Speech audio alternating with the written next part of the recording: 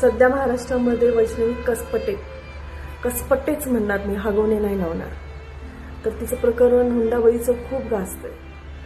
अक्षरशः त्या व्हिडिओ, त्या पोस्ट जर बघितल्या, त्या पोस्टच्या खालच्या कमेंट बघितल्या, म्हणजे लोक इतकी नालायक आहेत की ती बिचारी मेली, स्वर्गात गेली, तिला तुम्ही मरूनही देत नाहीये. एकदा जीव गेलाय, तुम्ही रोज मारताय. काय काय कमेंट, काय काय पोस्ट टाकताय. गरीबाचा श्रीमंताचाच नवरा पाहिजे होता, मग असंच होईल, मग असंच पाहिजे, असं तसं. तिच्या आईवडिलांना नाही कळलं का, आणि तिला त्यावेळेस बोलायला काय झालं. अरे त्या जर तरच्या गोष्टी आहेत. तिचं त्या बिचारीला तिला माहिती असणार आहे की तिच्याबरोबर काय तिथं घडतंय.